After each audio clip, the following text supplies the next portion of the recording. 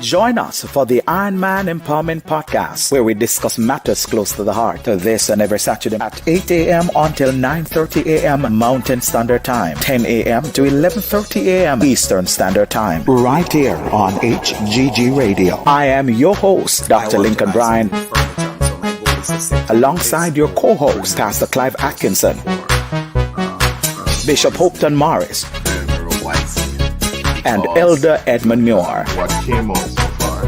The Iron Man Empowerment Podcast. We're not just talk, we're informative.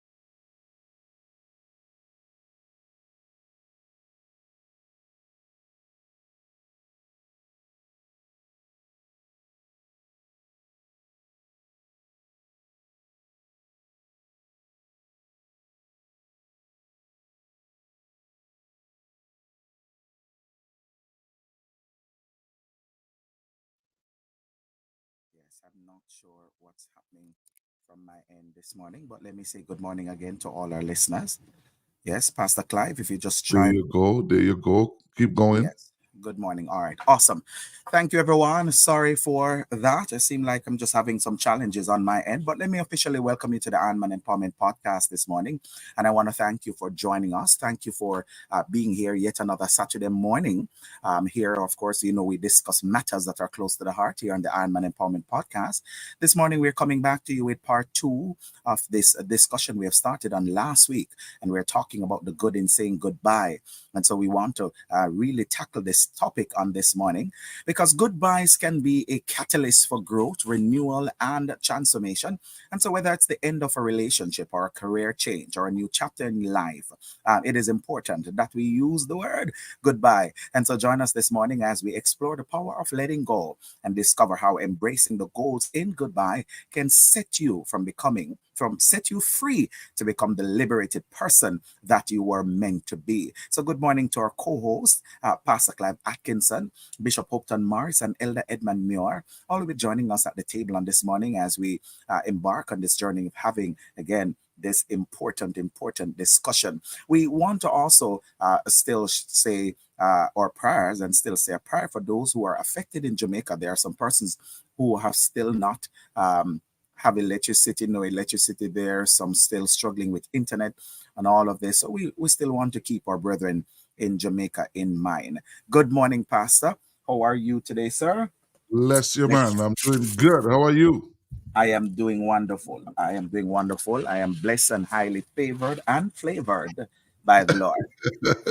That's right. That's right. Yeah, so we're giving God thanks. We're giving God thanks through it all. That's right. How is everything on your side? It's been good. We've been having like a heat wave. Oh my God. Man, in the last like couple weeks, it's Wow, just, wow, it was so hot. We went up all the way to 30, 39 at one point. wow. It's just so hot. And, it's I'm crazy. I'm seeing that going on in the news, but on your side seems to be a place of extreme. It's either extreme heat or extreme cold, but something on the extreme side, I guess you will have to face up there. I'm seeing that in the news for that BC is breaking some record in terms of the heat, and now of course up in your side there. So stay cool, Pastor. Good morning, and I'll give you an opportunity just to shout out our listeners that are joining us. Yes, good morning, everybody. The Lord bless you. Good to have you another Saturday morning right here on AGG Radio, the station of your choice. God bless you. A few persons that are joining, and to Pat and everybody. I won't start getting into names, but Dr. Bryan will do all of that. But good Yes, morning to everybody. It's a good day. It's a good day to be alive and well. And this is the day that the Lord has made. Let us rejoice and be glad in it. And I'm excited indeed. about this Saturday morning and the chapter, this new chapter of our lives. As I just celebrated my birthday, man. It was they surprised me, Dr. Bryan. Yes. How was that, Pastor? They surprised me. I didn't know they had a whole, the church they had a function downstairs after service on Sunday. Man, they kept it from me, and yeah, and it was good. Yes. I'm really happy that you enjoy that. And big shout out to the High Ground Tabernacle Church and the saints there for, of course, making your father feel, love. You love your Yeah, father and man. your pastor feel that love on his birthday. So we want to say big shout out to all the members of Higher Ground Tabernacle there in Edmonton. God bless you richly. God bless you richly. Um, Also, we want to say good morning to all our listeners near and far that are joining us in Jamaica, Antigua. I see you. Good morning to you, Charmaine Doley, they're over there in Antigua. I see my aunt, Mahela Emmings, always on a Saturday morning, and we're so Yeah, grateful. This is part of her Saturday morning routine. She get up on a Saturday morning, locked and loaded and ready. So we say good morning and to everyone. My sister-in-law Sonia Bowen over there is always on as well. So we say big shout out and good morning to you near and far. Lady Janice, good morning. Pat the Overcomer, we say good morning to you. Seen Reverend Goldburn is on the program, sir. We need to get you back on. Is joining us. Good morning to you, Elder Nicole Hamilton. It's good to have you down there in Jamaica. And so everyone that is joining us near and far. I see one of my other auntie, maybe it's Hemmings over there in Florida. Good morning. Good morning to you, Carlene. Thank you again for joining us. Janice, we see you. Good morning. Thank you also for being here with us. So from wherever you are joining us, Canada, Jamaica, Antigua, St. Martin. Oh, good morning to my friend. Julian Fedricks over there in Antigua. Antigua is out this morning. I'm telling you. Thank you so much for coming through, brother. So from near and far, wherever you are joining us from, the UK, the Caribbean, US, Canada, from wherever you are joining us in Africa, we say thank you so much for being on with us here on the Ironman Empowerment Podcast. My friend Neon, I invited him on last night. We were hanging out a little bit, and I said, "You need to come on the podcast." And he said, I'm going to be there. So thank you so much for being here, Neon. He told me he's going to join. Thank you for joining in his very first time on the podcast. And I'm sure it's not going to be his last time, because something that we say will be a blessing. Let me set this up and we'll dive right in the conversation, Pastor, because last week it was hot last week, and we really want to give the time. Bishop is back with us this morning. He had to run last week, but I'm sure he's back with us this morning, and we'll be talking about it again. The good, insane goodbye, and Rev, the amount of response from that conversation last week. People are looking forward, and they're getting ready for what it is that we are coming with on this morning. So let me set it up and we'll dive in. All right. So while goodbyes can be a difficult, very difficult and emotional, they also hold a profound significance that positively impact our lives. Goodbye can mark the end of a chapter, making way for a new beginning and allowing us to grow and evolve. They also provide an opportunity for closure, giving us the chance to reflect on the experiences or relationship that is ending and to learn from it. Moreover, a goodbye can foster gratitude, helping us to appreciate our time with someone or something and the memories we created. By acknowledging the good in goodbye, we can transform an often painful experience into a catalyst for growth, new adventures, and a deep appreciation for the people and the experiences that enrich our lives. And so this morning, we want to talk about the good in saying goodbye, the word that we often struggle to use by saying goodbye and also to say no. Goodbye. There is a good in saying goodbye. And last week, we started by exploring the good in saying goodbye. Good morning, Pastor Clive. Good morning, Bishop Upton Morris and Elder Edmund Muir. Welcome to the fore. We'll give you an opportunity to come in, let your voice be heard, and greet the masses. Good morning, everyone. God bless you. Good to be here this morning. Hope everyone is having a wonderful day. The weather is nice outside. I heard over there in on the west side they're having some issues with the heat. Yes. But over here we're doing very well, cool and nice. Maybe some of you must thinking of coming to live in Montreal, but anyway, God bless you all. God bless you all. Good to be here. Looking forward to the Yeah. discussion this morning. Thank you, Bishop.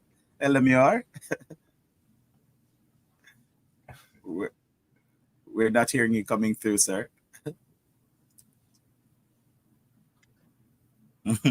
And so Pastor, while Elamir is touching his thing there, Bishop, God can't please them in the west. If it's cold, they're complaining it's -40. He's saying heat, they're complaining it's too hot. No wonder the wise men come from the east. So maybe they do need to make that move You and head know, over to the west. Is for settlement, sir. It's for settlement. yeah. In the last few years, it's been like this, but it never used to. It used to be like, like really in the 20s. But in the last few years, like back in the 90s, early 2000, you don't leave your home still without a spring jacket. My winter jacket stay in my vehicle. Climate change. Because if Climate change. if it rains or if something just the cloud over, trust me, you have to pull for a winter jacket. But Hmm. now in the latter years, in the last maybe 2 3, not even around 5 years or so, it's becoming more pronounced where it's becoming hotter and Yeah. hotter. That's what um climate change will do. yeah. Yeah. Yeah. Elamior, can we? No. We're still we'll still give Elmer an opportunity. He's just having some technical glitches there, but we're gonna dive right into the program. Bishop, I'm gonna start with you since you had to run last week. We're gonna pick up with you, Bishop, on our conversation last week, the good insane goodbye. Bishop, and I want to throw you right in there by asking you this question. Bishop, are you able to share with us a personal experience where saying goodbye was difficult, but ultimately led to growth and new opportunities? Can you share with us? Um, yeah, goodbye is always tough, especially when it comes on to family, right? And not necessarily a bad goodbye, but when one have to migrate to another country and so on, leaving father, mother, very, very good friends, church family, and knowing that going to a place that you basically know nobody, Mm-hmm. right? My wife was here, just my wife. I know zero person. When I immigrate from Jamaica to be here, and but since being here, it's been wonderful. I've grown a lot. Um, my friend circle have changed, and one thing that is I recognize also, because sometimes you're around certain type of people, and the only thing that is what that circle knows.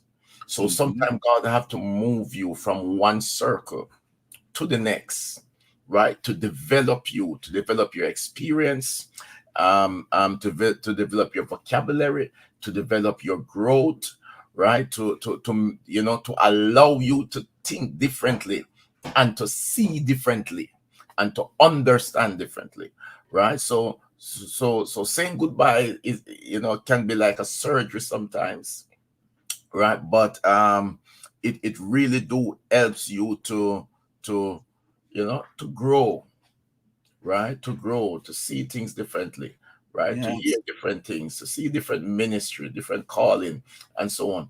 And sometimes God can't, he can, but God will not bless you, right? Or you can manifest into what God wants you to manifest into, or give you what He wants to give you, while you are where you are at, while you're the people with who you are at, right? Because they will hold you back. So sometimes God have to transplant you. Mm-hmm. Yeah, God have Mm-hmm. to take you up, That's right. transplant you. You cry, you scream, you bawl, right? And you will ignore all of that to bring you into a place where He wants you to be. And then you That's can right. say, after a while, you'll be able to say, boy, God, it was good, right? Mm-hmm. That you transplant me. At the moment, you never see it. But after a while, you recognize that it was certainly good what the Lord had done unto you. God bless, Has Mr. done. Yeah, that is so powerful, Bishop, because oftentimes we don't grow in the same place that we are. And a lot of times That's we right. are looking for growth in a place that we have outgrown. A lot of Mm. time there's not enough when you look at even planting, there are sometimes that the soil isn't good. The soil is not conducive to the seed that is planted, and so the Lord will have to shift us out at times just to put us in a place that we're able to grow and to evolve and to move into the next level and become who we want us to be. And so That's right. sometimes saying goodbye is important because it moves around the comfort from around us. And even with an eagle, and if you look at the analogy of an eagle, and when it's time for the babies to come out of the nest, because on the outer layer of the eagle's nest is what we call spikes, or in the Caribbean, cassi or maca for those in Jamaica.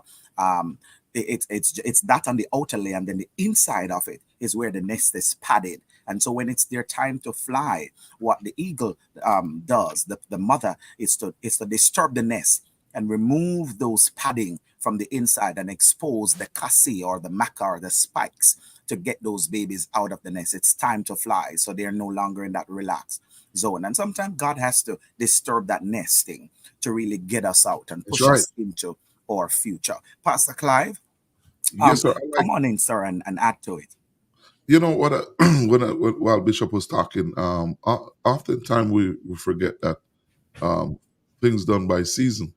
Hmm. Sometimes persons, if you don't move on when it's your season to move on, sometimes we're holding on, and God is saying, "Let it go. It's time to depart." The Bible says, um, the Bible have many verses or talks about so many different ways of saying goodbye. In Acts chapter 20, verses 37, 38, when the Apostle Paul and his friends cried when they were, departing, when they were saying their goodbyes. But it is necessary for you to say your goodbyes and do it in peace. Because sometimes if you don't, you find yourself, there's conflict comes up, and that's the time you're going to say your goodbyes, right? So it is good when the time when you have to move on with your life, and whether in a good way or always try to make it into a good way. Don't let it sit there until it becomes a bad saying of goodbye. Second Timothy chapter 4 verses 6, when Paul talks about finish his race and keeping the faith. It was time for him to leave. It's time for him to say goodbye. He would have wanted to stay, but he says, "I'm finished. I've run the race. It's time for me to leave." And I'm sure that he would have said that he's caught between between twain. He was between leaving and staying. But it's you have to know when, as it say. And then in Genesis chapter 31, it mentioned departing with the blessing, that God will watch over us while we are apart, right? So it is good when you can acknowledge when it's time to move on, and to say your goodbyes and say it in a good way. Persons come in your life for a season as well. Don't miss that season. Don't miss when it's time to let go and to embrace the future, and to see into. I remember back in the 90s when I was leaving Jamaica to come to Canada, and I had to say goodbye. My word, I had to uproot my entire life, pack everything up into a suitcase, reduce me down to a little suitcase, after having house, after having car, after having all this stuff, it becomes, it's a new beginning. I at the time I had my son, Armando. He was only 3, turning 4 years old in the 97, 98. And when we were coming here, I'm telling you, just two large suitcase, Bishop, and we were saying goodbye to everybody who we had known. And trust me, it wasn't easy at the time. But, little do we know that God would have to, uproot you, as you would say, Bishop, and then transplant you and put you somewhere else where God, after the years and years, you'd have realized the shift that God would have over your life, where God would have to move you from where you are to bring you to somewhere where He needs you, where He said, "Hey, this is the reason why I have you here, for a purpose." But if you don't, sometimes God wants to use you in a different part of the garden, and I call this world the garden. He move you from here to transplant you over here, and for you to flourish, because you're probably not getting enough sunlight over here. You're not getting enough exposure over here.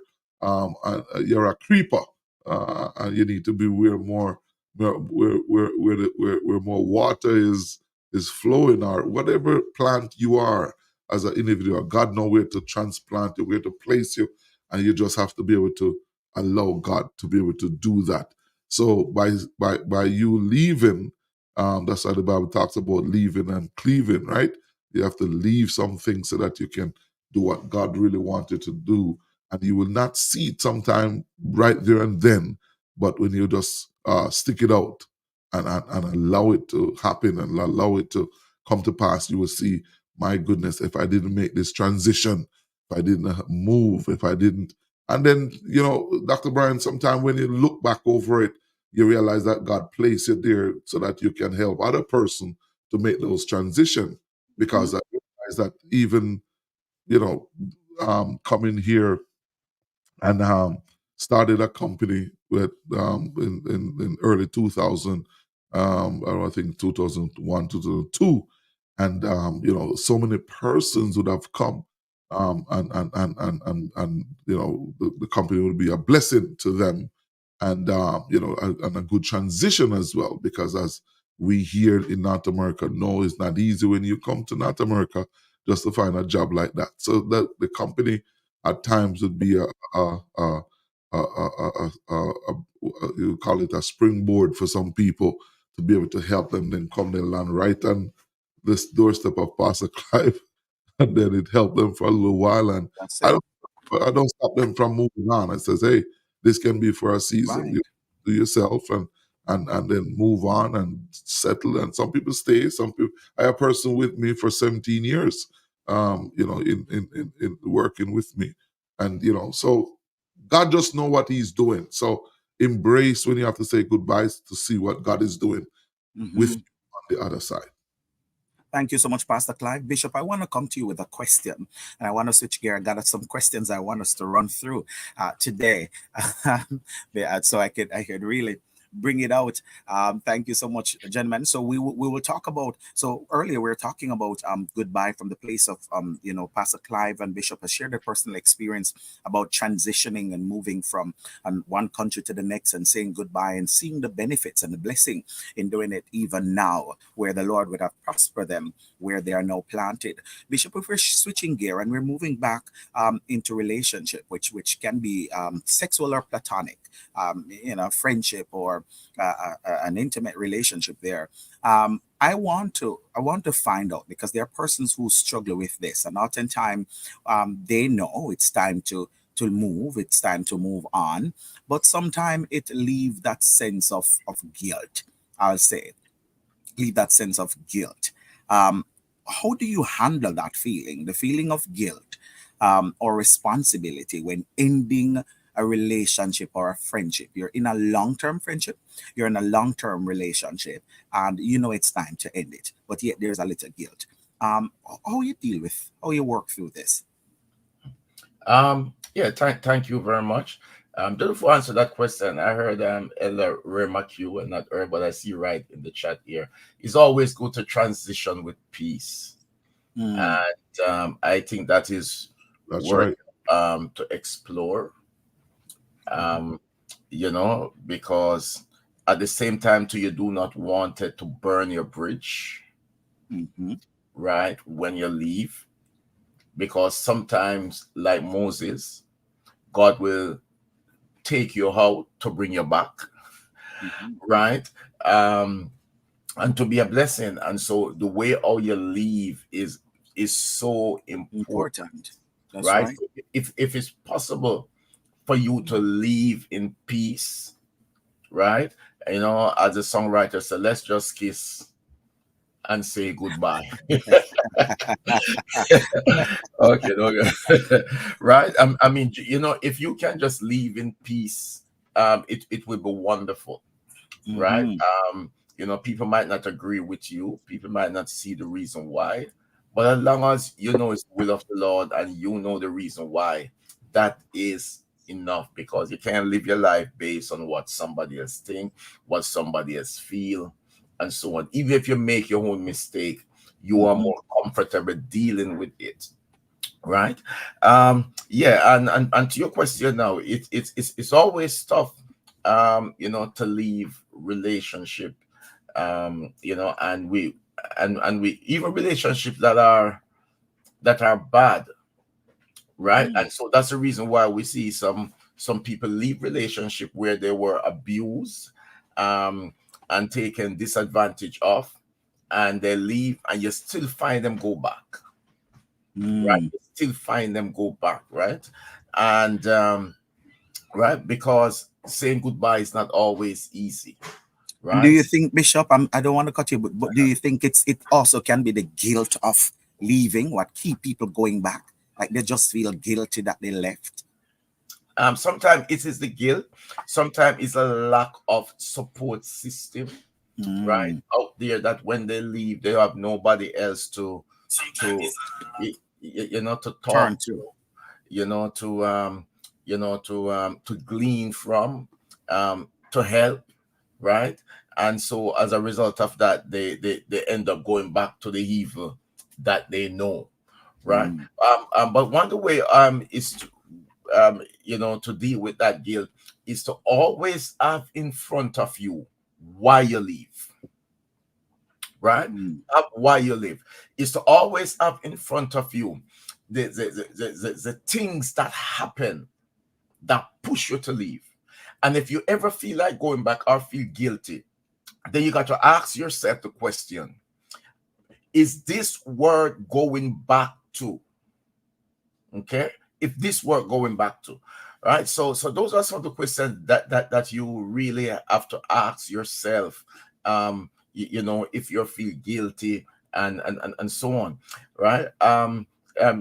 Because otherwise we can find ourselves like the children of Israel who holler and bawl to God noon, evening, morning, right? And after they left, when a little hard time catch them, they begin to say, I wish to God I mhm. was still in Egypt. Egypt, All right. yes. And they forget about the beating. They forget about that they have to the building that they have to build, the slavery that they were under, and just the hard work that they were doing. And all them talk about is cucumber, Mhm, right? And and onion, right?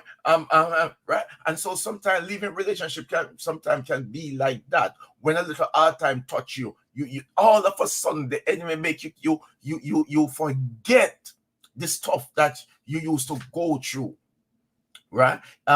In order, right? That caused you to leave, right? So that's why I said always have in the back of your mind, if you want to write it down on the paper, these are the reasons I left, mhm, and if I go back, this is what I am going back to. Does it worth it? mhm, Does it mhm. worth So it? powerful. And that So will help powerful. Yeah. that will help you the way how you feel, and that will help your guilt. So powerful. Pastor Clive, I want to piggy on something. Thank you, Bishop, on that because I wanna add so we keep on moving. Um Ray McHugh make a type in the chat and he's asking a question and I want to bounce it off you and it's right along this line. How do you handle is his question? How do you handle the fact that you need to transition but you're crippled by the unknown? And it's kind of Bishop somewhat answered a while ago in his question, but we'll go. But you're crippled by the unknown and also by what you think others will say. What are some of the practical approach that can be used so you know that you need to transition, but you're just crippled by I'm not sure what is going to happen when I make this transition? What are people going to say? What You will the know, people say? it thank you so much for that one. The unknown is what you don't know. You don't know if you move from here and what people is going to say. Mm, um Sometimes you have to make a decision based on your physical health. You're at a place in your life where you know you need to move on. It could be from friendship, relationship. It's causing your high BP, and you're saying, boy, we're Christian here. Let's just be frank.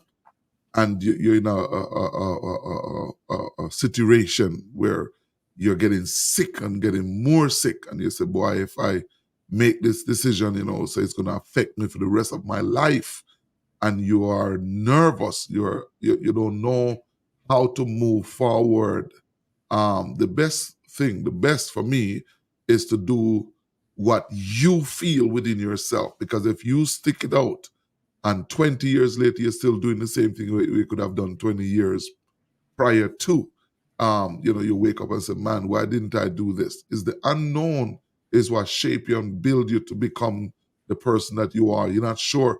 I was watching something on the internet where this monkey put his hand into this hole and he hold on to it, but he wouldn't let it go because he wants to know what's in there. But because he make a fist, he could not pull his hand out.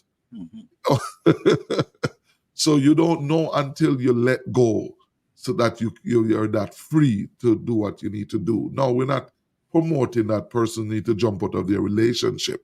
But we know Right. that we as And not Christians, only relationship, but moving on in, maybe it can be a job, it can be relationship, yeah, it can be job, the we, place that you live, it can be the friendship you have, very broad, you know. it is very broad, and Mhm. you won't know. You just have to follow you. You just have to follow what you're feeling in the moment, and do your own personal research. You got to make sure that, look here, when you step off, you're not going backwards. You're going forward. Mhm. I had to make those decisions in my life. I was in a bad state of relationship when I was in my 20s. When I was around 27, never forget, I went to the doctor, and the doctor checked my pressure. When he checked my pressure, he says, "You're too young for this blood pressure to be so high." He had me sitting down in the office, and man, I was so tired, I fall asleep, I wake up, and I'm like, why is the doctor not, come back as yet in the room? And the doctor come and check my pressure every so often. He says, "Sit there, man. Just sit there." He was checking to see what really causes, if it's just rest I need or something. And when he keep on checking, I was there for a good hour and a half. And finally the doctor, he came, and when he checked, he says, "Man, your pressure is too high for a young man." And then he started to talk to me like a counselor. He was very concerned. And and he checked my pressure, but he wasn't telling me the reason why he was asking me all these questions. He will ask me some questions, check my pressure will be normal, talk to me about, so what about home life? And then when the man reached home life, and the man pressed the pressure thing, brother, the pressure thing fly through the roof. He said, "You have a problem." He said, the doctor looked at me and says, "This thing will kill you. This thing will kill you." Sometimes you have to learn to let it go. Learn to let it go. And, Thank and, you. and it was hard because you have to transition, and you have kids, and I'm just saying this because I'm telling you, the Bible said that, "I wish above all that you prosper Mhm. And and be be good well health. in good health Health. as your soul prosper." Prosper. And I'm telling you, it was going to kill me. I mean, I still have high blood pressure from then until now. And it's not my high blood pressure, is the blood pressure. Yes, that's right. Thank you, Pastor. One of the thing, and let's add to it, that transitioning to the unknown can be scary. It's the reality of the situation. It can be scary because you're moving from a place that you're certain, you're sure about what you have in this place. And now you're moving to something that you have never embarked, never explored. You're not sure if it will work. And so, what will often have you down is fear. Pastor, Bishop, fear will cripple our faith. In order to transition to the unknown, you have to tap into your inner being and the faith that you have, knowing that when I make this transition, this is going to work. Sometimes the Lord have to put you even in a place where you have no other choice than to make this transit, than to move from where you are. Step out of your comfort zone. Step out of where you know into the unknown. When you move into the unknown, you have no other choice than to trust the leading of God, knowing I am feeling this in the recesses of my spirit. And so I know that God is moving me to this place. And so as a result of that, you know for sure that, hey, God is moving me here, and I have to make this move. So then I'm saying to you, tap into the unknown and don't allow fear to cripple your faith, because fear will cripple you to the place that you can't even catch yourself. Move into the unknown. Some of the practical ways I always say is to pray about it. Don't make a move until you really earnestly pray about it, consider it, talk about it, look from it from every angle. As they'll say in the Caribbean, don't jump out of a frying pan and jump in the direct fire. You want to make sure that this is the moving of God. And I often say, when you feel it in the recesses of your spirit and you just can't shake it, it come to a point where you just got to make a move and see what is there. What is there to lose? Because the reality is, sometimes beyond that curtain, beyond that stuff, is a new and fresh dimension, a greater that you're yet to unlock. So step away from that fear, step into it, and allow the Lord to move in your direction.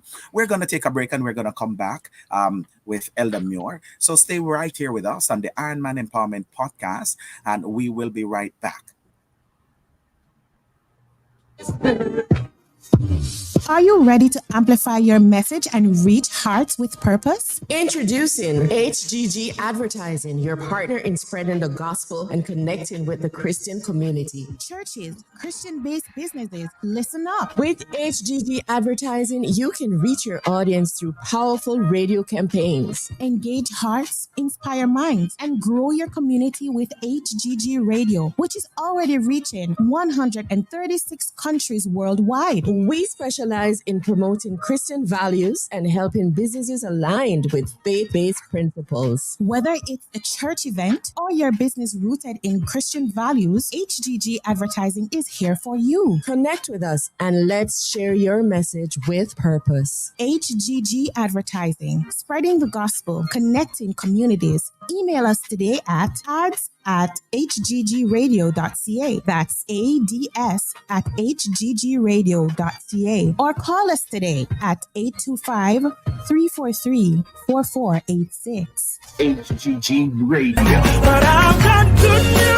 Join Prophetess Althea Stoddard Ministries for the Prophetic Gathering Conference 2024 under the theme Unlocking Kingdom Manifestation. Hear from Pastor Prophetess Angela Moulton, Pastor Nicholas Chambers, Pastor Jason McKenzie, Apostle Winston Rowe, Prophet Kenyatta McLeish, Pastor Sarah Taylor, and Evangelist Sophia Blackman. Come worship and sing along with Kevin Downswell, Crystal Reed, and Dawn Martin. Don't miss this transformative experience on July 20 from 8 a.m. to 8 p.m. at the Edmonton Inn Conference Center. Tickets are $200. This includes your meals and conference package. Register now and make payment at althea_stoddard@yahoo.com or call Marshallie at 780-915-1316 or Janice at 780-691-0978 for more details. Get ready to unlock Kingdom Manifestation. I've got good news. Something that will make you smile. God told me to tell you, it's gonna be alright. Hey, hey, hey, the Saturday Hub is back online on HGG Radio. Come join me, Auntie Renee, at 10 a.m. Mountain Standard Time, 11 a.m. Central Time, and 12 noon Eastern Time. It's gonna be a great, great, great celebration. Children, you don't want to miss it.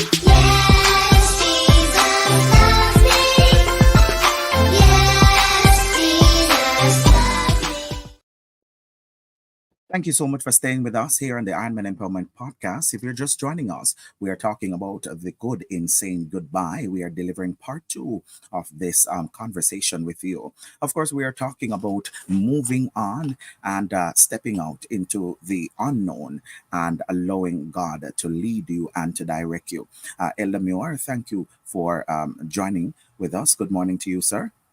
Good morning to you, Dr. Bryan, and Bishop and Pastor Clive, and all those wonderful listeners. Thank you so much. Rev, I'm going to jump right in and I'm going to ask you a question because oftentimes when we talk about moving on, there is a level of boundary that we must maintain. And so I want to ask you, how can you maintain boundaries or distance after ending a friendship or a relationship? How do you maintain boundaries there? Very good question.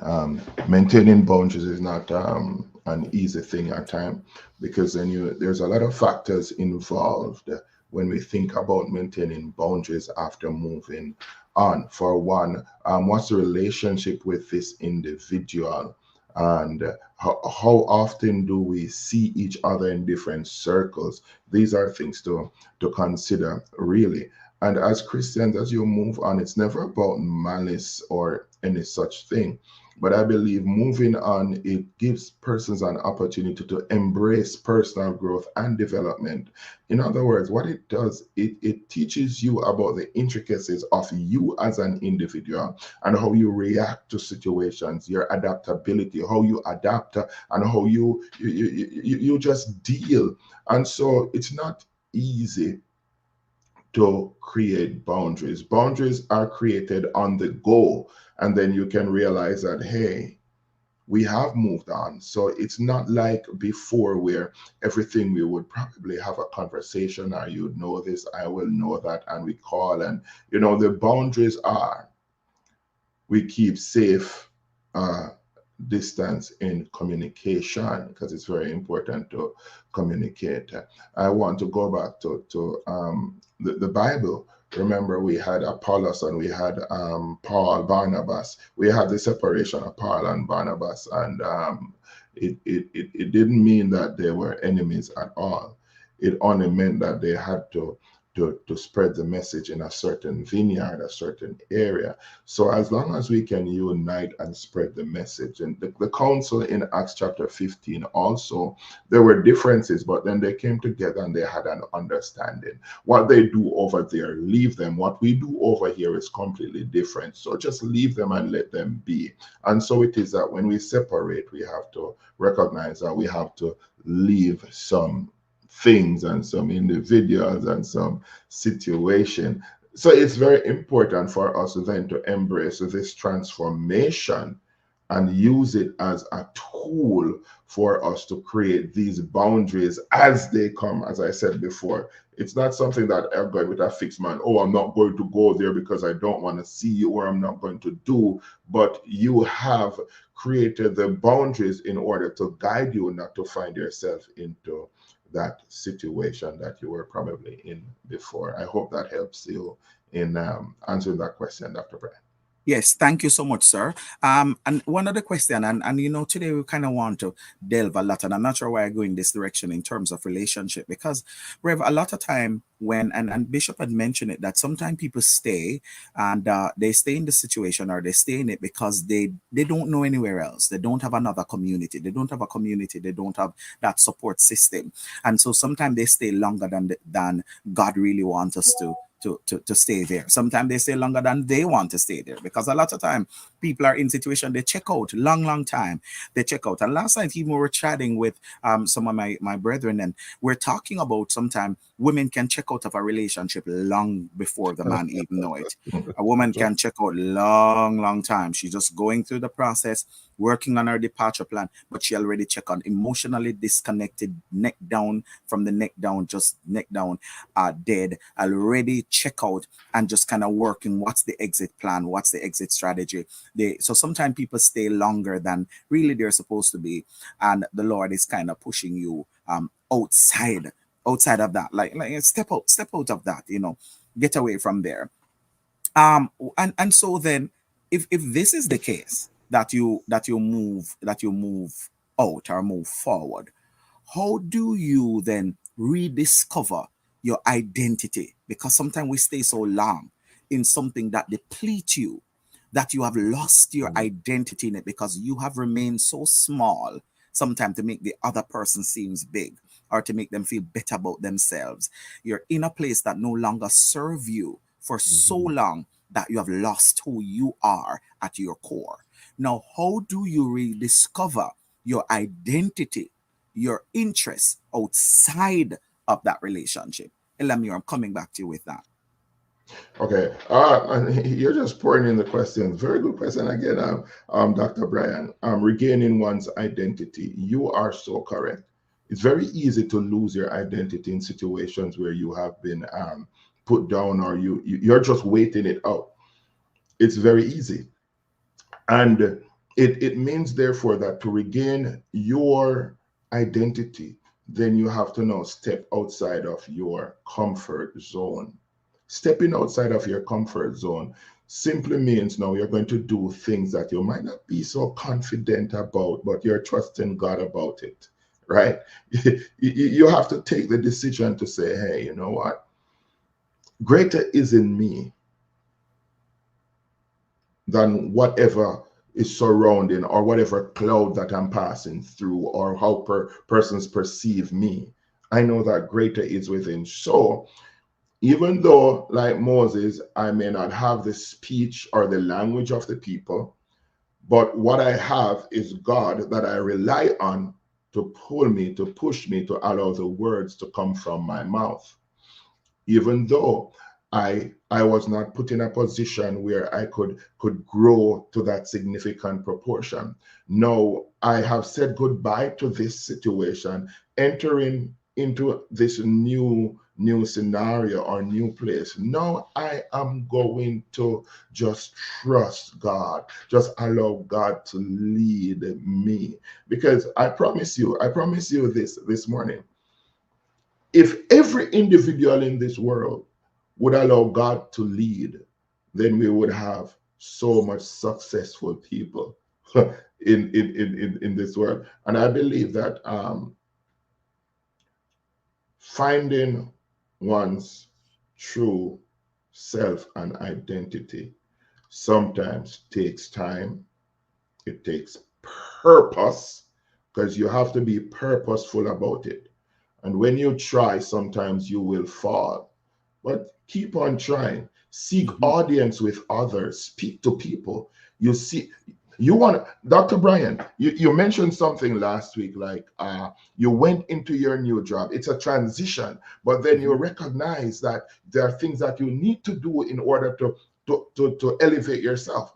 So then you try now to get the necessary qualifications in. So in regaining yourself, sometimes you have to go back and get some things that are necessary for you. Maybe you have to go back to school. Maybe you have to change your companionships, your circle, change it to individuals who will see you for you, positive outlook on you, and will keep on motivating you. Don't go in a place where they, listen, that is why eagles are so different. They fly high. They don't stay with chickens. Now, if you want to find your identity and you know within that this is more, there's more for you, you got to find your niche with persons that think like you, that persons are at the place that you want to go. Yes. And don't hang around and wallow in self-pity. I could have, but no. You need to get up, man.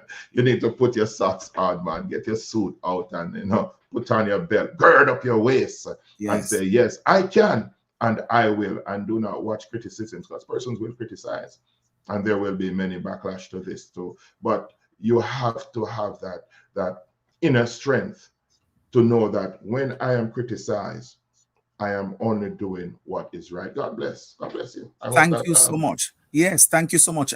Bishop, I want to labor here with it for a while, and I want to get your take. Talk to a brother who have been in a relationship or been in relationships in searching for that someone. Because I was talking to a friend on last night. He's unsaved, not a Christian guy, very lovely young man, and been in relationships where seemingly not working, cannot find that right one. He's at that place ready for settle, can't seem to find that right one. Think become frustrated, think become hurt because he has stayed in stuff that seemingly start to lose himself in it. How do you talk to a young man who have been there so long, too long, search long, and now have lost himself, that he start to even develop self-doubt, and within that place have lost his own identity and interest? How do you help him to pick up himself, to get back to a state of being where it's wholesome? Bishop. I was listening to a message many years ago. I think the topic was watch them dogs. And the preacher talks about a man who was barbecuing, and a dog sit down and watch him barbecue. And the man just step aside a while to get something while he have that steak on the barbecue. And when the dog watch him and see that he step away, the dog run, grab that piece of hot steak from off the barbecue and run with it. And he's bawling, he's squealing because it's burning him, but he won't let it go. Okay? It's hurting him, but he will not let him go. And I say that because relationship can be like that sometimes. It's hurting you, it's burning you. You're hollowing to this one, you're bawling to this one, you see counsel from this one, but you refuse to let it go, right? you're looking at the opinion of others, what people going to think, what people going to say, and you refuse to let it go. But you are the one who have really been hurt in this situation. And Pastor Clive, talks about it. And sometimes what you need to do is to be alone. Okay? Right? One time, the Bible said concerning Jacob, for Jacob always have people around him. Let him leave his mother and father house. The only time he was alone was when he come to Bethel or Luz, right? And get an encounter with God. And then from he leave, they go to Uncle Laban house, surrounded by women, surrounded by cattle, surrounded by Uncle Laban and his workers and all this kind of stuff. And the next time he find himself alone, then he have that encounter. And then he was asked, what's your name? Because it's only when you are alone that you know who you really are. Okay, right? And sometimes it takes to be alone for you to define you. That's powerful, Bishop. Ooh, right? Yeah, this is some gems. Right? And so when he defined himself, right, then because he defined himself, that's when God decided to help him. And said, okay, now that you have told me the truth about you, no, your name is no longer going to be like that. You're no longer going to be like that. And sometime in relationship, you got to take a break, right? You got to develop the courage to go, right, to find out who you are, right? Because a lot of times you're in that relationship and you're saying, well, I've lost my identity and so on. No, it's because you don't know who you really are. Right? And you think that this is who you are, right? Because who you are, you attract what you who you are. You attract who you are, right? But what happened now is that sometimes this relationship really shows you who you are. And you look at yourself in that relationship, because that relationship becomes a mirror to you, right? Become your mirror, and you look in the mirror and you don't like what you see. And so now you get frustrated, not only because you don't like what you see, but because you want to change what you see. And then you begin to blame the other person in the relationship. Right. So what you need to do is to step out, look at yourself, be honest with yourself. You got to be honest with yourself. Don't think it's dangerous for man to think higher than himself, higher than he truly is, right? Himself.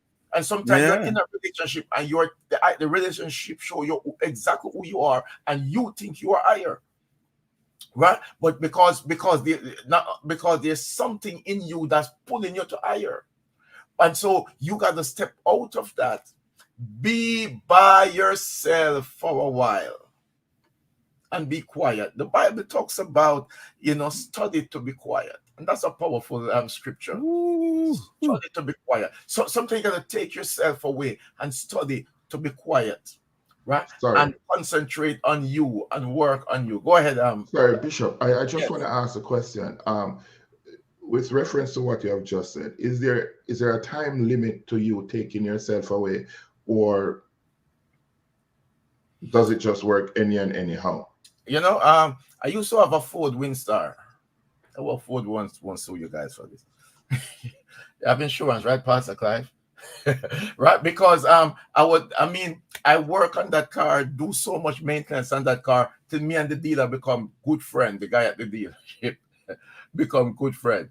And I take it to a garage one time because you need to get rid of this car, right? And he said to me, I said, no, I want to fix it. He said, well, yeah. And I said, yeah, I want to get rid of it too, And he said, when you're tired of spending money on this, you get rid of it, right?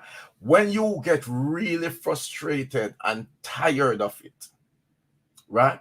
Until you can't function anymore, you just refuse. That's when you will decide to leave. Once you are still there, it means then that you have not come to the end of your rope, right? But when you come to the end of your rope, that's when you are going to decide to leave. It doesn't matter who talks to you, who counsel you, who pray for you. It's all in you. You are the one, right? What God decided to go, right? So sometimes you just need to be by yourself, man. Get away from it. Take a break, right? See yourself, right? And if you want to leave in peace, tell them it's not them, it's you. Okay. Right. So you don't throw any blame. You don't be like Adam, right? You just say, you know what, it's me. I just need to work on me. I don't think I'm ready for this right now. And you leave. And sometimes the blessedness is in blessed quietness, right? Is when you get your peace back, when you're all by yourself. The problem is, and Mr. This and then close, is that a lot of persons wanted to run from one relationship to the next. Okay, right? So you're in a relationship, it's not working, and you're looking, so you know what, this ain't working, man. And so while you're in this relationship, you're looking for another relationship. And sometimes the relationship that you really need to have is a relationship with yourself. Right? Because you need a relationship with you. Don't have no relationship with you. How are you going to have a relationship with somebody else? This is deep, Bishop. Right? You don't know who you are. So you're asking for what you don't have, or you can't give. That's it. Right? So leave, have a relationship with yourself, know who you are, know your worth, know your calling, know your person, your purpose, know your gifting, know what God have put you on earth to accomplish, know your assignment. And when you know all of these stuff, right, then now when you, for the other relationship, you're going to look for somebody who can help you with this, because a woman is a helpmate. Never forget that. A woman will put down everything that she knows, her career, doesn't matter what people, to help you as a man. When you don't know what your purpose is, what you're called to do, who you are, that's frustration to a woman. Ooh. Right? And so know who you are, right, before you go into a relationship. And ladies, don't one of the first question you need to ask a man, what are you here for? What are your purpose? What are your goals? What are your desire? Well, how can I help you to accomplish any of these stuff? If they go, wow, that's deep, I really don't know. No, that's not the relationship for you. Or you're going to be frustrated all the time while you are in this relationship. If they are here and say, boy, you're sexy, you have a cocoa back of shape, let's want some good loving. No. Because it's going to come a time when the loving is over, when it's done, and so on, right? And anyway, let me leave it there. I'm going to something. Bishop, right? these are some deep stuff, Bishop. No, I mean this is solid thing. I love this. Welcome to the Ironman Empowerment Masterclass, because this was a masterclass. Really, really powerful, Bishop. You said something and it really hit me. We need to study to be silent, and sometime we need to just take that silent time for ourselves. In rediscovering who we are, it means that we need to be alone. Sometimes we need to be alone. That's so powerful, Bishop. Being alone really allows us to start searching ourselves to see who we are. And when we know who we are, then we have that bandwidth, that space, that room to know who we want in our lives. And so we can receive that when it comes, and we can reject it when that's not what we want, because we have a clear sense of identity, a clear sense of knowing who we are. Ain't that powerful? A clear sense. Just type in the chat. Sometime you have to be alone. These are gems. Hashtag study to be silent. That's a whole message you can preach even right there, Bishop. It's powerful. Pastor Clive, just there's a hush just fell over Jerusalem. So just kind of add to that. Oh my goodness, Bishop. Yeah. It when you really think about it, you see, making up noise in a situation, causing yourself frustration. As you said, the scripture says that we need to study to be silent. Sometimes you have to just be still. Sometimes you have to just watch and see. Making up noise sometimes will just cause more stress and anxiety, where you're feeling more frustrated with yourself and so forth and so on. So you have to definitely you know, find you and try to study to find you again. So by studying to find you is by just be still and finding you, and allow yourself to come in. And sometimes you will feel guilty, like, is the problem me? Is it, and Bishop would have say, yeah, his problem is you. I want to find me again. I want to find you're losing yourself. You're losing your identity. You're losing who you become. You find yourself in a relationship. You find yourself at a job, wherever you find yourself, and you're not happy. When you get up in the morning, how do you know? How do you know that this thing is causing you BP? How do you know? When you wake up in the morning, do you have energy to get up to face that day? When you finish at the end of the day, do you come home and sit outside in your car or sit outside on the step Yes, and you want to go inside? You sit there for hours and hours, and inside is not. You don't want to go inside, and when you do go inside, you want minimal conversation, or you just don't want to be in that space. And back to the question that I asked earlier, is that the unknown. You won't know until you see. I tell people all the time I can't play draft, Dr. Bryan. So when you can't play draft, when you move, you can't move back. You have to just It's a move. forward. Yeah, it's a forward move. You have to thing. recover You after you have make to. the move. And it's not going to get easy. And you're going to have people talk about you. You're going to be ostracized. You're gonna be trampled on. I look at it as like a stampede. You're going to be stamped on. You're going to be talked about. And again, be still, because you know where you are. You know who you are. I find myself into a situation recently, where I had to say goodbye, and in the whole situation, persons could not figure me out because I stopped talking. Oh yeah, I just stopped talking, and the reason why, because Studying to be silent in that moment. yes, and you may say the wrong thing and you may do the wrong thing. You may say something that you cannot take back your words, and the Bible talks about offense must come, but woe be unto the man. I don't want to say something and go offend somebody in a wrong way, and when I say it, I can't take it back. So what I do, I become silent. Oh, he didn't say. What did he say? He didn't say nothing. What did he do? He didn't do a thing. Just be still. Just be silent, because nobody can say you say or you do. You just take actions. And when you take actions, trust me, just mean what you mean. Say your action, speak for yourself, and that's it. Just say it, and just when I say mean say it, just do what you're gonna do, and you're gonna feel bad in the moment, but you look at it and say, is this the right thing? You mulch over it.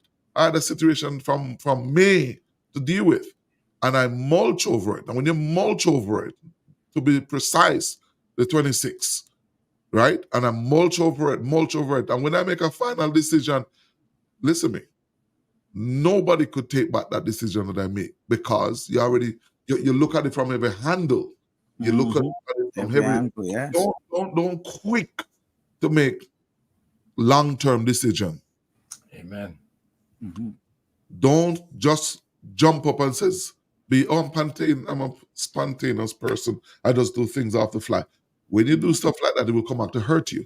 Yes. When you are doing a move, when you're making a transition, when you're saying your goodbyes, just you mulch on it, and you look at the good in the situation, and you take that good to the extreme best that you can get it, and you look at the good, the bad at the situation, and look and say how bad it is or how bad it can become, and you look at the ugly of the situation, the good, bad, and the ugly.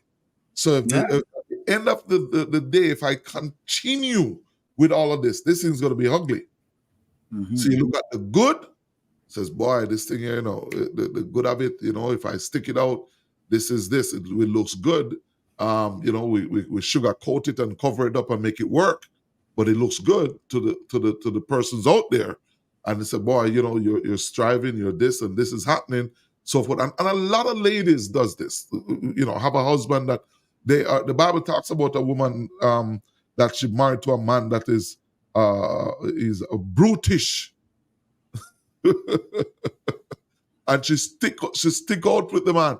And that's sometimes relationship, right? But in this case, I'm talking about me now.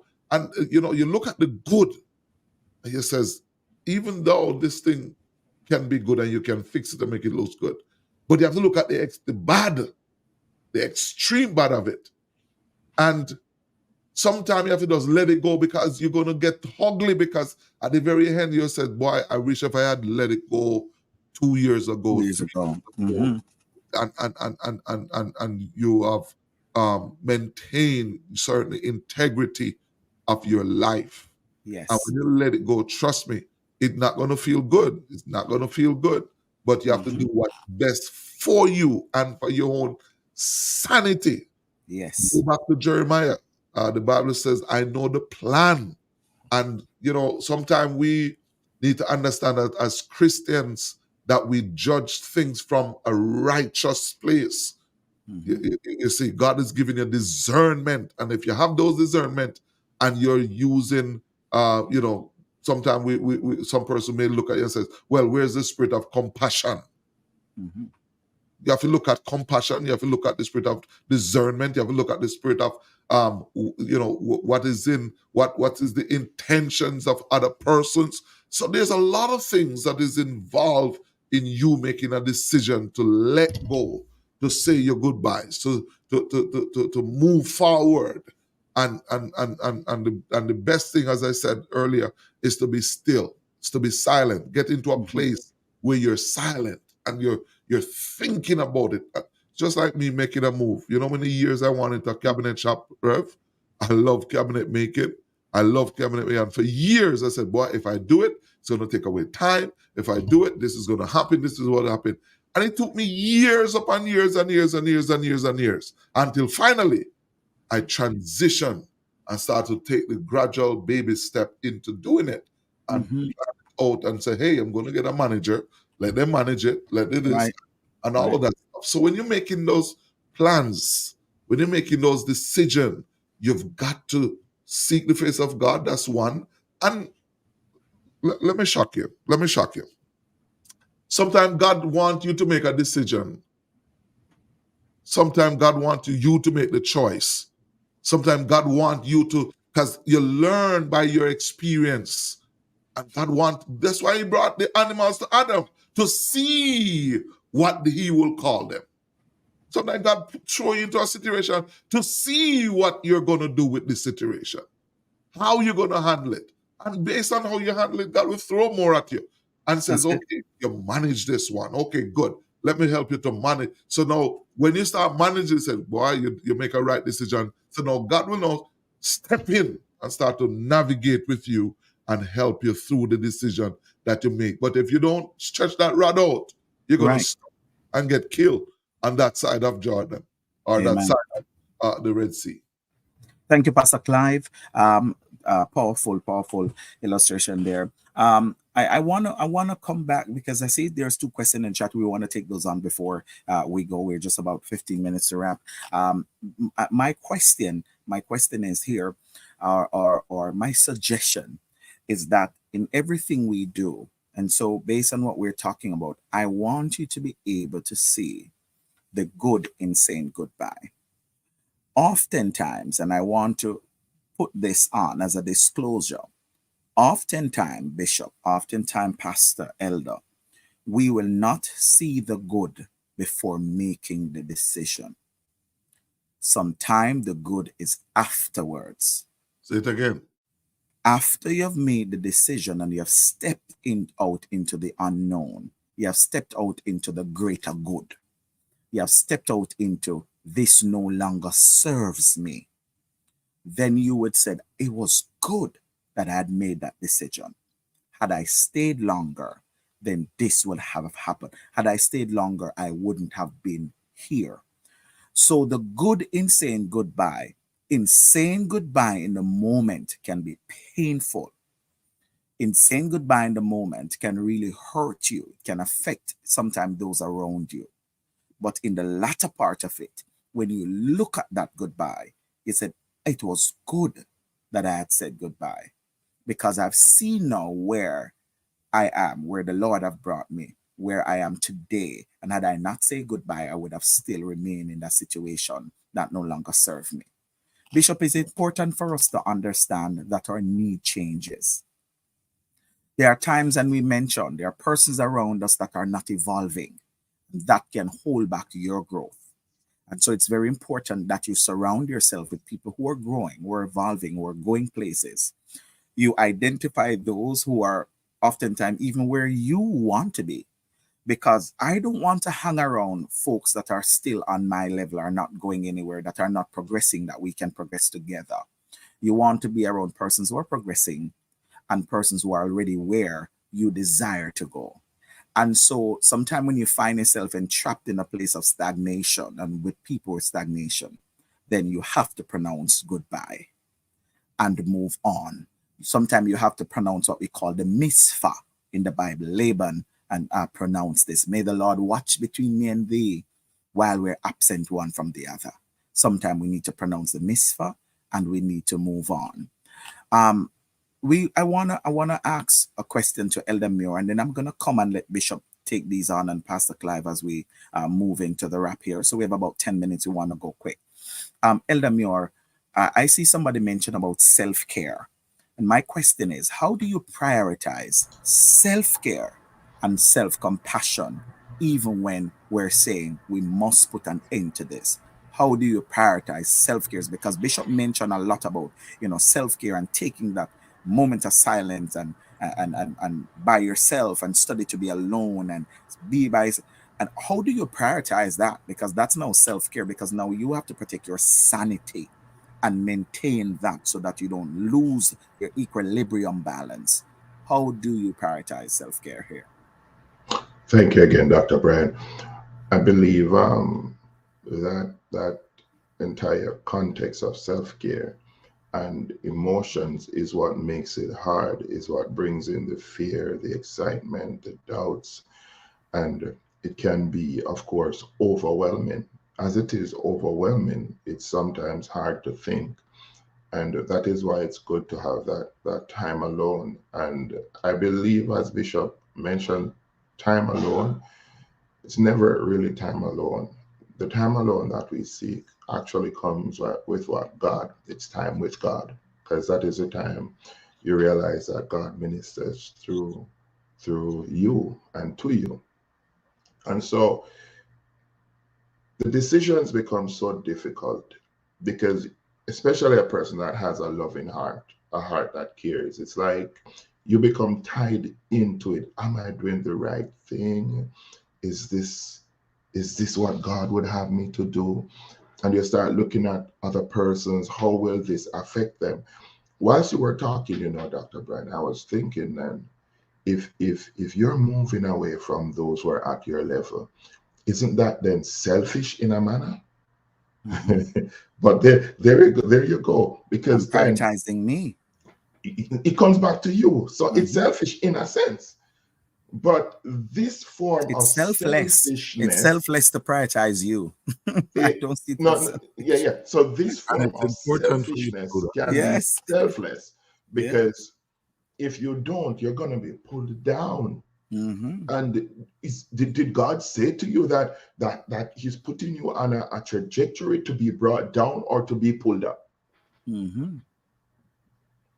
And so we have to be focused on what is happening in the environment that we are.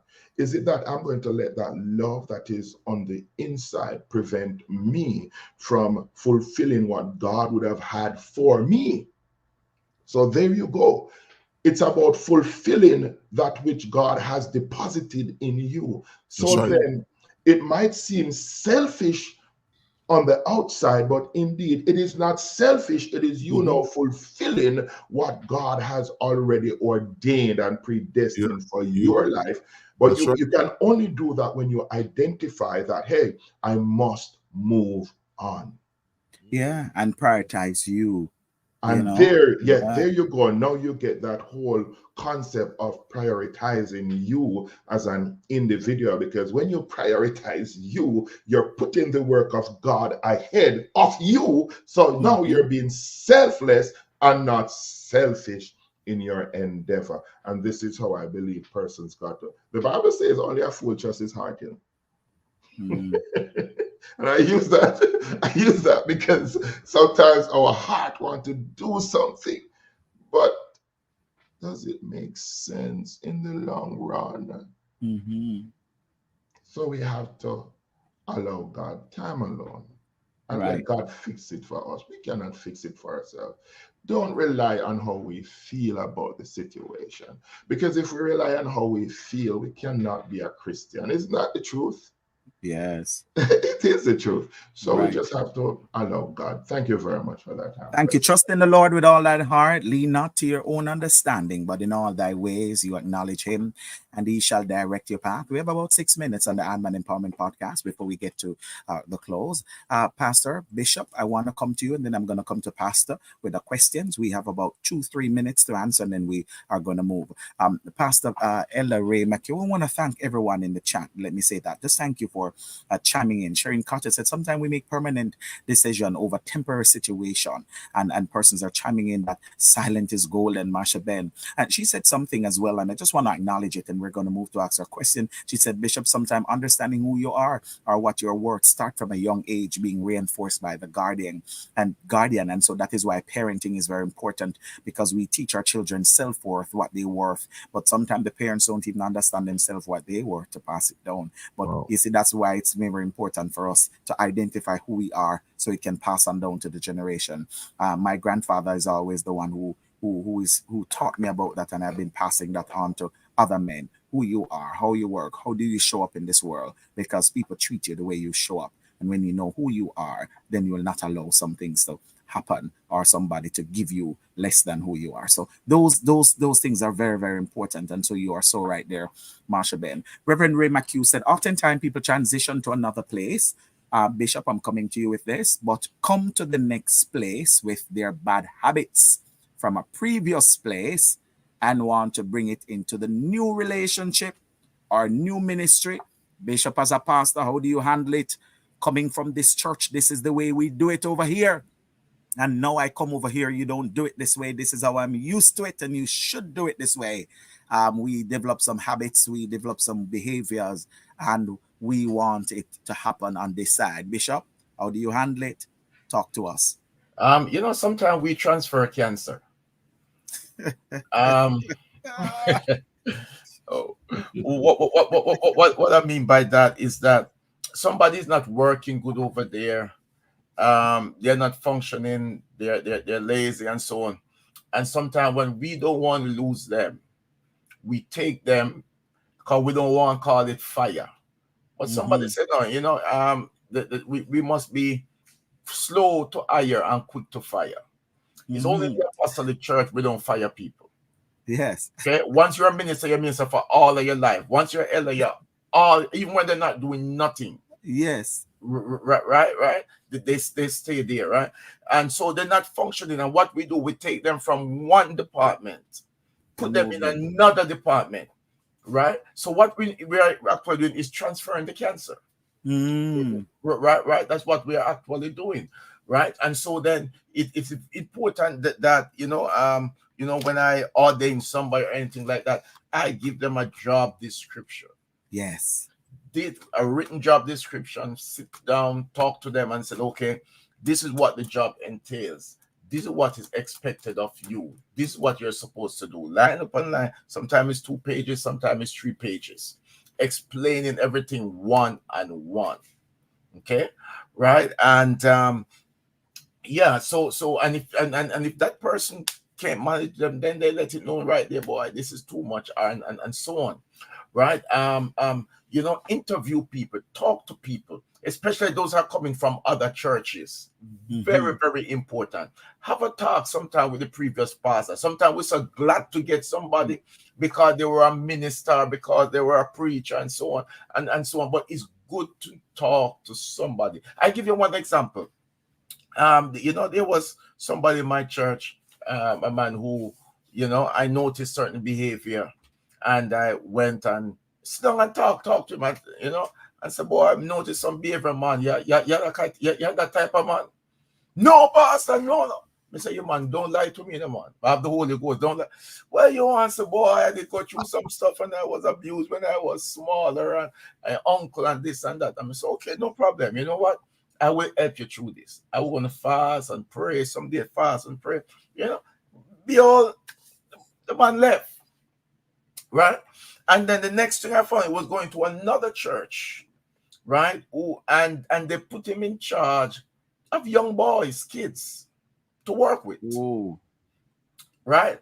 And I didn't get involved because I asked my bishop then, what should I do? Because I don't want to go there and hurt people, kids, and the bishop advice was that you leave it alone. They are no longer under your ministry or calling, and every pastor need to have some kind of discerning, and they can sue you for whatsoever. So I left it alone, right? But the thing is, right, you need to have some kind of discerning. You need to do your homework. You need to do your talk. Stop be quick to hire.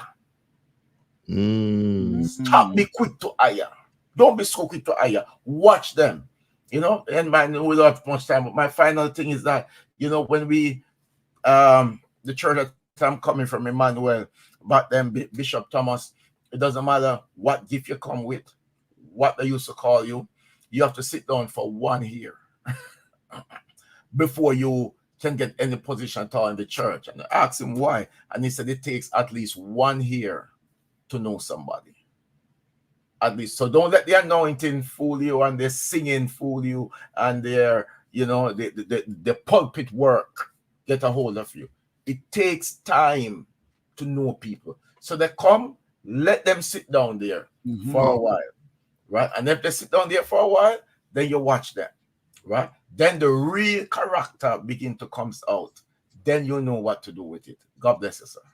Powerful, Bishop. Powerful stuff. Thank you so much.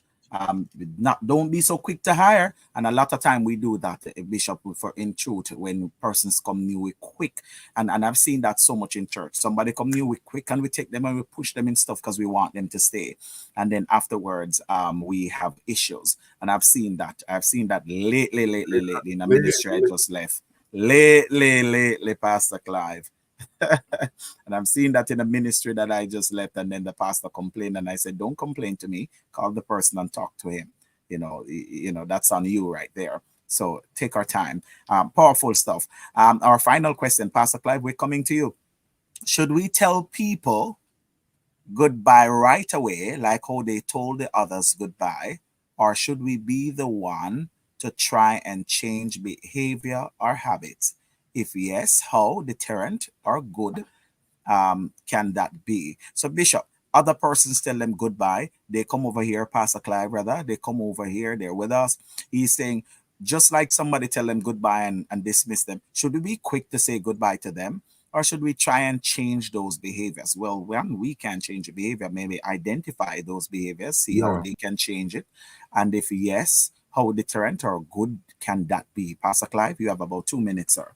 Life is very funny, sometimes persons' experience will teach us knowledge, and then you have some persons that it's just a matter of time for them to come back with the same character and behavior, and they don't learn anything, and you can't change nobody. They say goodbye over there, and they come over here. Bishop, you'd have said it. The Bible said, "Lay no hands suddenly," and as a young pastor, I'm learning by the day. Lay hand suddenly on no man. Let a man, when a man desire the office, let him prove himself. You have to let people prove themselves. Time will prove people. You don't want to say goodbye and kill people either, but you want them to sit. And persons who really love and is in that place of transition and change will identify. Not everybody, but you'll have some persons who say, "You know what, I need to," and God is working on their lives, because you don't want to cause the good to suffer for the bad. So you just put everybody in the same category. You're going to have some person that learn from their experience and say, you know what, I've learned this lesson, and going forward, because God have a way of humbling you, He has a way of how to bring you to that place of humility. Oh yeah. So, they may come to you and then somebody may say, hey, be careful of this, be careful of that. You take those little things in consideration, but then you watch. Then you kind of put them at a place where you know that they're. Because you have some persons that it's just their personality, and you can't change them. But then did they learn a lesson from their previous? And sometimes you would wish that they would learn a lesson. And there's a thin line between being a person that have full of pride and a person who is thinking that something is just wrong with everybody else. There's a thin line, like nothing is wrong with me. I am seeing it this way. But if 10 persons are telling you that you're wrong, something is wrong. And that's right. And you're saying to yourself, so there's a thin line between pride and even self-confidence. So you're saying, oh, I have confidence. That's why I operate like this. There's a thin line. That's powerful. And that gray line that you're treading on, it's pride that is sitting behind all of it and pushing your ego. And then when it pushes your ego, and you become, and you're using words, because you can use all these jargon words. Yes, words, but it's actually pride, and you're going down to a part of destruction if you don't be careful. So you have to, but when persons like that, no, you need a sense of discernment to be able to say, you know what, and use wisdom. Talk to other people, because by talking to persons, you will learn how to deal with it. And guess what? You have, as a pastor, you realize that if you have 50 people or 20 persons or 10, it's 10 with 10 different personality. You have 20, it's 20 different personality. Everybody is different. Nobody is the same. But we all don't need to agree. Yes. To be in one accord. You know what I mean? Like we can disagree on some things, but when it comes down to ministry, for the sake of ministry, we all have to be on one accord in that one vein. Now, if you have somebody that is not in one accord in whatever the dream, the aspiration, and what God has given to you as a pastor or as a leader or as an employer, for your company, for your church, for wherever you are, that person is not fit to be in your company. That person is not fit to be in a position in your company or in your church. Why? Because they're going to be, Bishop, you said earlier, it's like a cancer, and it's going to slowly start to spread. Spread. And when it starts to spread, trust me, you cause more. Back to what I said earlier, it's better for you to look at the good, the bad, and the ugly. It starts to become ugly quick, and it is easy to, back to what the question, say your goodbye early. Cut it off and say, listen to me. I read to listen. In closing, Jesus talked about amputation. Jesus spoke of amputation. It's better for me to go to heaven with one foot,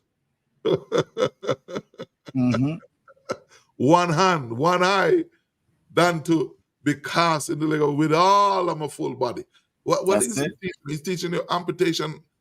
Are we not in the one body? Of course, but it's good to amputate something before it causes the rest of the body problem. That's it. You understand me? And this is where now you have to be able to look at that gray line and says, look here, you have to make a decision based on amputation, how to make sure that you amputate. But when you amputate, you got to make sure that you bandage up so the person don't bleed out. Thank you, Pastor Clive. Thank you so much, Elder Muir. Final word, sir. Let's go for the close. I'm here smiling about the words of Pastor Clive. You have to ensure that they don't bleed out. But sometimes, Pastor Clive, bleeding out is outside of your realm. You cannot help what happens. Can't control that. right? So Yeah. my final thoughts, saying goodbye is never easy, uncomfortable. You're going into uncharted territories that you have never seen. One thing you must bear in mind, as you go, you still have to trod cautiously. So saying goodbye, where's the good in it? As you have said earlier, you may not see the good. Many times you won't see it, but it comes only after you have Afterwards. done what you should. God bless you all. Have a wonderful rest of your day. Thank you so much, Bishop. Give me a final word in 30 seconds and we'll be out. Yeah, you also questioned earlier about leaving a job soon and you're not certain. Very important. Do your homework. Do your studies. Government don't make decisions. They're going to put a building there without they do a study, do a homework. With this work, we're going to affect the environment. We're going to affect people around and so on. Do your homework. Do your homework. God bless you. Thank you so much, Bishop. There you have it. Thank you so much for joining us in this powerful conversation about the good in saying goodbye. Remember, goodbye is not always an end, but often a new beginning in disguise. By embracing the lessons, love, and light from our past experiences, we can transform our lives and become the Iron Man that the Lord wants us to be. As we close this episode, take a deep breath and remember that you have the strength to let go of what no longer serves you. You have the courage to create a space for new opportunities, relationships, and experiences that will elevate your life. Keep in mind that goodbye is not a failure, but often a fork in the road that leads to growth, renewal, and transformation. So go ahead, take the leap, and trust that God will catch you.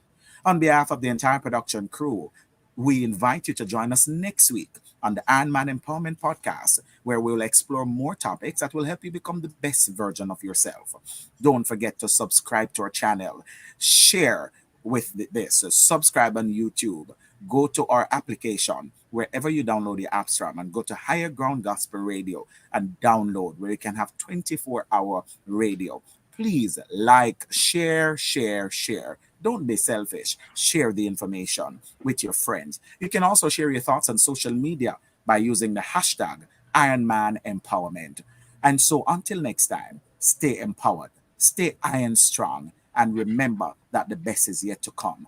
Goodbye for now, and hello to the incredible possibilities ahead. Take care. God bless you.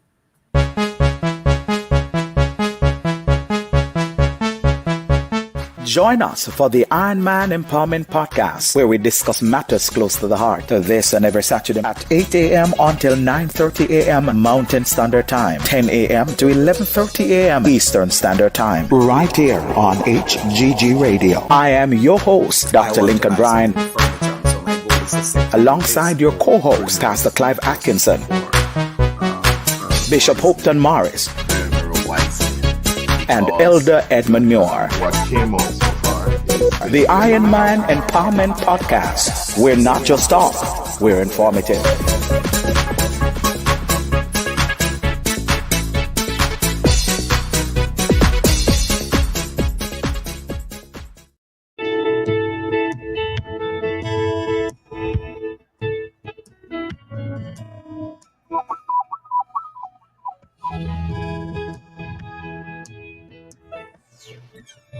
Reaching you at the highest mountain and the lowest valley.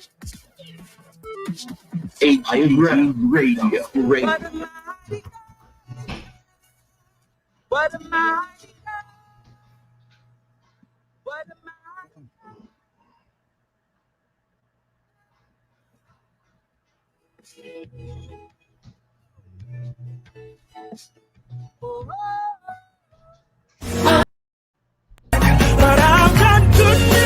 Join Prophetess Althea Stoddard Ministries for the Prophetic Gathering Conference 2024 under the theme Unlocking Kingdom Manifestation. Hear from Pastor Prophetess Angela Moulton, Pastor Nicholas Chambers, Pastor Jason McKenzie, Apostle Winston Rowe, Prophet Kenyatta McLeish, Pastor Sarah Taylor, and Evangelist Sophia Blackman. Come worship and sing along with Kevin Downswell, Crystal Reed, and Dawn Martin. Martin. Don't miss this transformative experience on July 20 from 8 a.m. to 8 p.m. at the Edmonton Inn Conference Center. Tickets are $200. This includes your meals and conference package. Register now and make payment at alfia_studdart@yahoo.com or call Marshallie at 780-915-1316 or Janice at 780-691-0978 for more details. Get ready to unlock Kingdom Manifestation. I've got good news. Somebody make me smile. God told me to tell you it's gonna be alright. Hey, hey, hey, the Saturday Hub is back online on HGG Radio. Come join me, Auntie Renee, at 10 a.m. Mountain Standard Time, 11 a.m. Central Time, and 12 noon Eastern Time. It's gonna be a great, great, great celebration. Children, you don't want to miss it.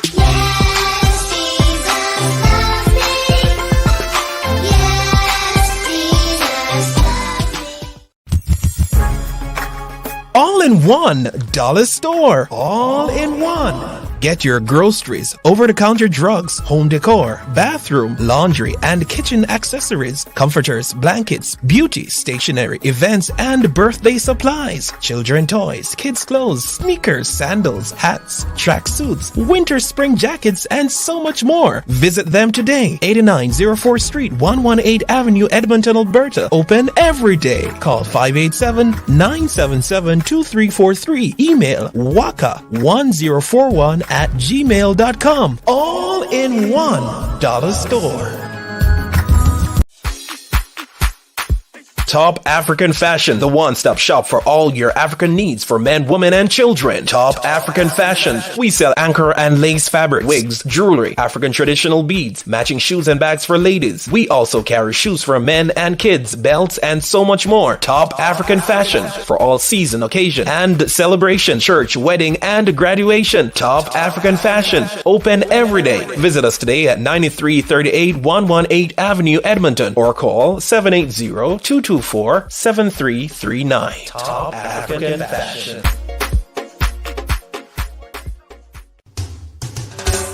Saffron Caribbean delight your one-stop Caribbean cuisine restaurant with their tasty oxtail, curry chicken, jerk chicken, and stew beef. Not to mention their weekend specials, fried fish and soup. Come out and get a taste of the Caribbean. Located at 8155 112 Avenue or call to order at 780-474-9005. Opening hours from Tuesdays to Thursday from 1 to 7 p.m. and Friday and Saturday 1 to 8 p.m. Saffron Caribbean delight.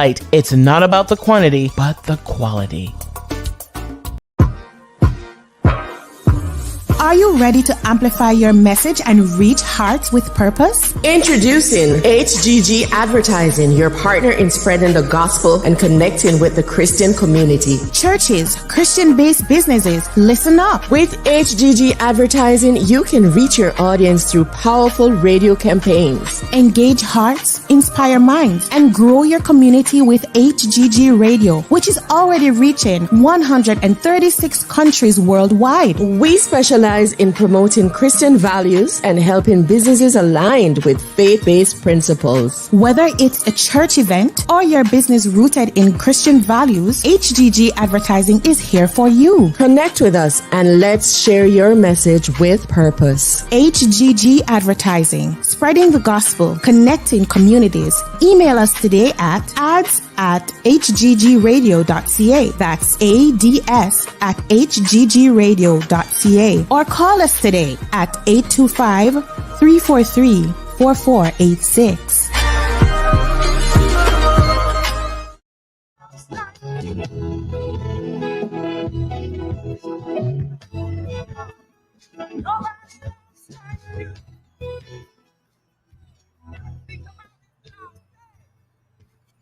HGG Radio. Nobody loves like Jesus. We want to thank the Lord for taking us through another week. I want to thank you for joining us right here on HGG Radio, where we reach you at the highest mountain and the lowest valley. This is where I pull things down on the Facebook and YouTube. But remember, you can continue listening to us via an app. You can just download the mobile app and have it on your phone. Take us in your car. Take us wherever you go on this morning. Of course, coming up at 10 o'clock, 10 a.m. right here, local time, MST. Joined with us is Auntie Renee with the Saturday Up with the Youth. All right, I want to say this morning that God has been good to us. God bless you as we put a wrap to this.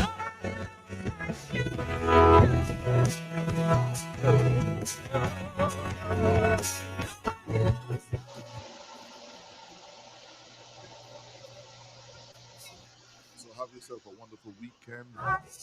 Whatever you do, just stay blessed. Whatever you do, just stay uplifted. God bless you.